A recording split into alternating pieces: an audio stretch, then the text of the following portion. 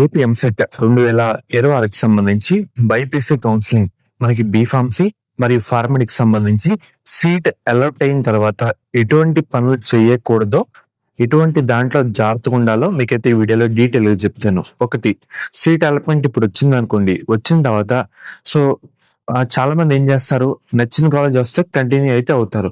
అదే నచ్చలేని కాలేజ్ వస్తే ఏం చేయాలని చెప్పి కంగారు అయితే పడిపోతారు.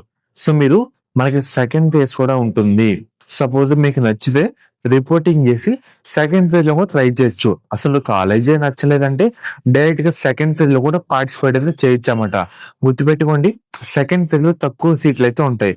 అండ్ దీంతో పాటు ఎవరికైతే కాలేజ్ నచ్చి సెకండ్ ఫేజ్ లో మళ్ళీ ఒక ట్రైల్ వేద్దాం అని అనుకుంటే కనుక మెయిన్ గా మీ ఒరిజినల్ సర్టిఫికెట్లు ఏ కాలేజ్ లో ఇవ్వకండి. సో మెయిన్ గా మనకి అలాట్మెంట్ ఆర్డర్ లో కూడా ఒక పాయింట్ అయితే ఉంటది అన్నమాట. అన్ని ఒరిజినల్ సర్టిఫికేట్స్ కూడా వెరిఫికేషన్ పర్పస్ కోసం మాత్రమే వాళ్ళు ఒకసారి చూసి మీకు మళ్ళీ రిటర్న్ అయితే ఇవ్వడం జరుగుతుందని చెప్తారు. సో మీకు తెలుసో తెలియకో కాలేజ్ వాళ్ళు అడిగారు అని చెప్పి ఇచ్చేస్తే వాళ్ళు మళ్ళీ మిమ్మల్ని మీకు ఇవ్వడానికి ఎక్స్ట్రా డబ్బులు కట్టాలి, ఇంత కట్టాలని చెప్పి చూపించుకుంటారన్నమాట. ఈ అంత పని లేకుండా మీరు ఏం చేయాలంటే ఒరిజినల్ అయితే ఇవ్వకండి. ఓన్లీ వెరిఫికేషన్ పర్పస్ కోసం మాత్రమే వాళ్ళు చూడడానికి అయితే ఇవ్వండి అన్నమాట. ఇలా ఉన్నది ఉన్నట్టయితే చెప్పండి, ఇలా సెకండ్ ఫేజ్ లో పార్టిసిపేట్ చేద్దాం అని అనుకుంటున్నాము.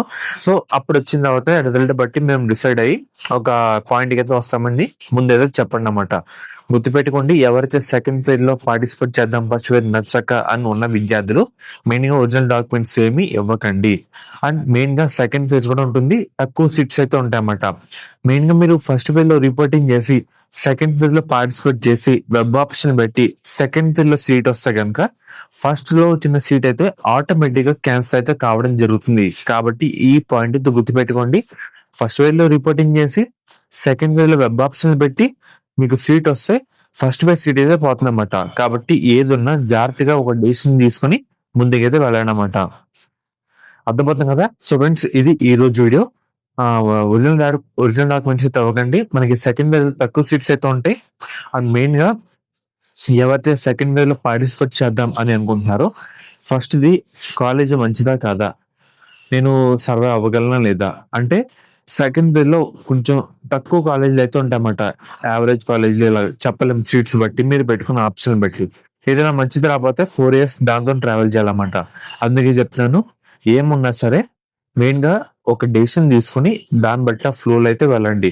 సో ఫస్ట్ ఒక మంచి కాలేజ్ వచ్చిన రిపోర్టింగ్ చేయకుండా సెకండ్ వేవ్ లో పార్టిసిపేట్ చేసి ఉన్న సీట్ పోగొట్టుకుని ఇలా అయితే టైం అయితే వేస్ట్ చేసుకోవద్దు. మంచి వస్తే రిపోర్టింగ్ చేసి అప్పుడు ట్రై చేయండి.